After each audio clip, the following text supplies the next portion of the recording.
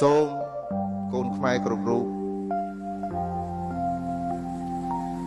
ស្រឡាញ់ទឹកដីខ្លួនឲ្យខ្លាំងតាមរយៈការអភិវឌ្ឍ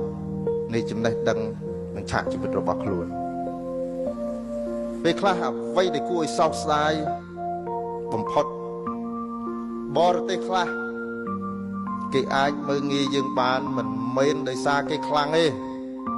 គឺដោយសារយើងវាអន់អញ្ចឹងក្នុងសម័យនេះប្រទេសមួយដែលខ្លាំងគឺមានពលរដ្ឋ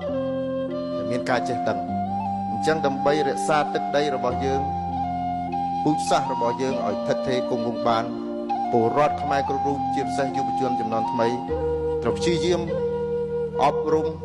និងអភិវឌ្ឍខ្លួនឲ្យទទួលបានជោគជ័យមានចំណេះដឹងសូមអរគុណ